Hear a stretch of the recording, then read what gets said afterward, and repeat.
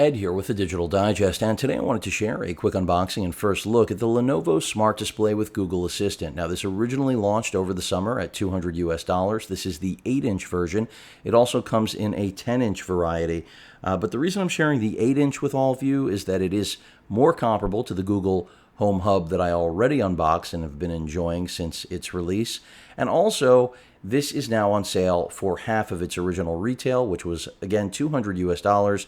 You can now pick it up for $100 US. And I imagine we're going to see the Home Hub from Google also hit 100 over the holiday season, so it will really be a matter of personal preference, and that's a video for another time. So without further ado, let me get this thing out of the box so that you can all see it. My personal interest is right there. You can see one of the things is that you've got two different orientations for using this. So if you're video chatting, it's nice that it does go vertical, not just horizontal. But let's get it open. And again, at $100, I think this thing is a fairly good value, especially considering that I expect the display to be a higher quality, not necessarily higher resolution, but higher quality than the one included or built into the Google Home Hub. That's been my only disappointment so far with the Home Hub, is that it appears that as smart of a device as it is, they just did not give us an IPS display. And for something like this, where I think part of the beauty is the fact that you do have a really, essentially a great assistant, but then in addition to that, a great picture frame, not having an IPS display is disappointing. Of course, resolution is important too, but let's see what this thing looks like. Now, the footprint on this is larger than the Home Hub. I can tell you that in advance. I have seen it.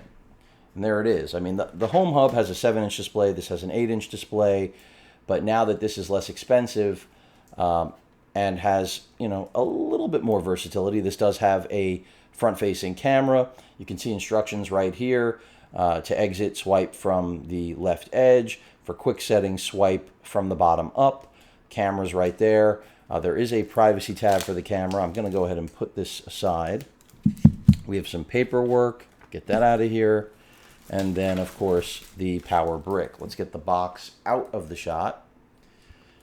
Throw that on the ground because I don't think we'll be needing that or the paperwork. And let's get right down to it. So, get the plastic off of here.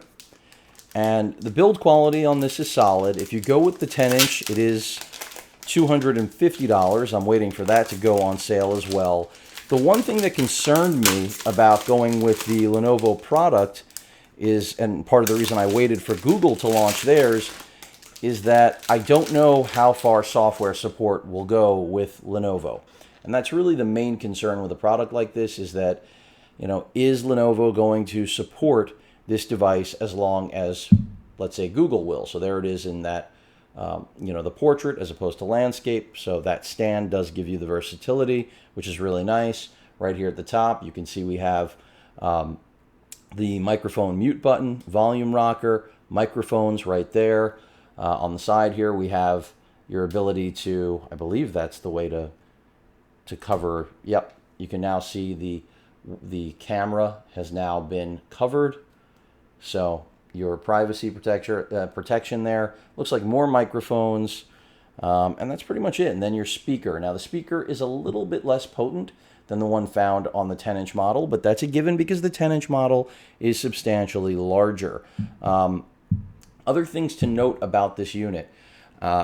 It doesn't have all of the capability of the Google Home Hub, but Lenovo recently, along with the launch of Google Home Hub, has started to at least address some of those missing features, which I'll get into when I compare this directly to the Google Home Hub. Another thing you should know, which I wish this had, but it does not, which I love on the Google Home Hub, is an ambient light sensor. And that means that it can be in your bedroom, you can turn off your lights, and guess what? The screen goes off. This has always been a pitfall of every digital picture frame, and now here in a world of digital assistants with on-screen displays where you can command, you know, Google to show you YouTube videos, cast things, whatever it may be, and then, of course, show your photo library.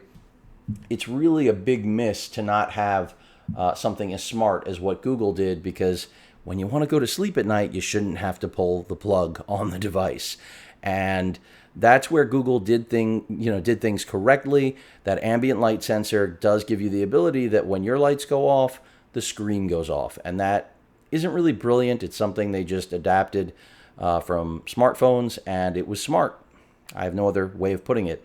Unfortunately, Lenovo, if I could speak here, did not do that. And as a result, we are looking at a product that really could have been better than what Google put out. But again, that is probably the only rub with this product outside of some functionality issues, which, as I mentioned, Lenovo plans to support. So that's interesting, and we'll see how it works out. And I'll only be able to really address that once I see if those missing features are already pushed to this device once I get it up and running. But again, this is the Lenovo Smart Display. I expect a better screen, but no ambient light sensor, so no good if it's in the bedroom. You're going to want the Google Home Hub if you're putting it in your bedroom, and the Google Home Hub has no camera for video conferencing or anything like that. So if privacy is on your mind and you still don't feel like the actual filter, the cover for the built-in webcam on the Lenovo Smart Display is enough, then the Google Home Hub is what you would want to have in your bedroom if you desire to have a Google Assistant with an on-screen or a visual element to it. Any questions or comments, please feel free to post them. Hit that like button. And as usual, please feel free to subscribe. Later.